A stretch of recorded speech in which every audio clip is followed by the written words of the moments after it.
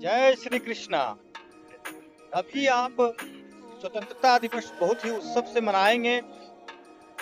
आप सुदर्शन सेतु पर भी भारत का तिरंगा लहराते हुए देख रहे हैं।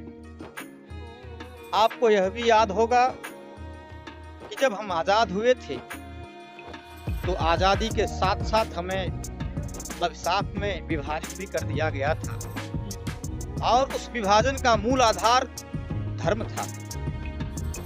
धर्म के आधार पर विभाजन के फलस्वरूप भी अभी हम जहां उपस्थित हैं वह चार धाम में से एक धाम है।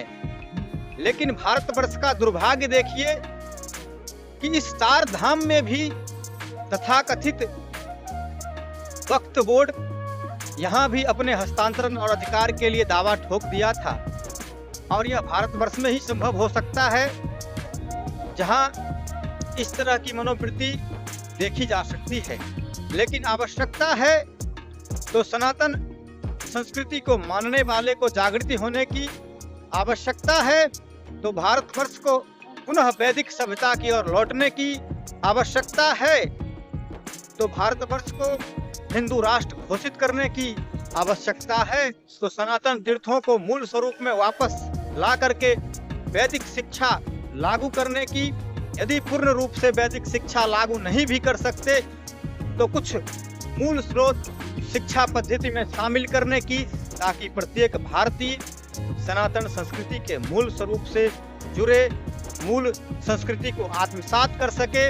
नहीं तो जो पाश्चात्य संस्कृति भारतीयता पर थोपी जा रही है, आए दिन जो डिजिटल माध्यम से, मोबाइल के माध्यम से, अनेक माध्यम से हमारे जो छोटे छोटे बच्चे हैं उनकी मानसिकता में जो पाश्चात्य संस्कृति थोपने का जो प्रयास जारी है, उसको रोकने के लिए हमें अपने मूल संस्कृति, मूल सनातन संस्कृति को प्रचार प्रसार और जन जन तक पहुंचाने के लिए ठोस कदम और पहल की अतिशीघ्र आवश्यकता है। और हमें सचेत होने की भी आवश्यकता है, संगठित होने की भी आवश्यकता है। और सनातनी ब्लॉग्स के माध्यम से हम सनातन संस्कृति के मूल स्वरूप को आप सभी सनातनी तक पहुंचाने के लिए प्रतिबद्ध हैं, प्रतिबद्ध रहेंगे। जय सनातन संस्कृति, जय भारत माँ।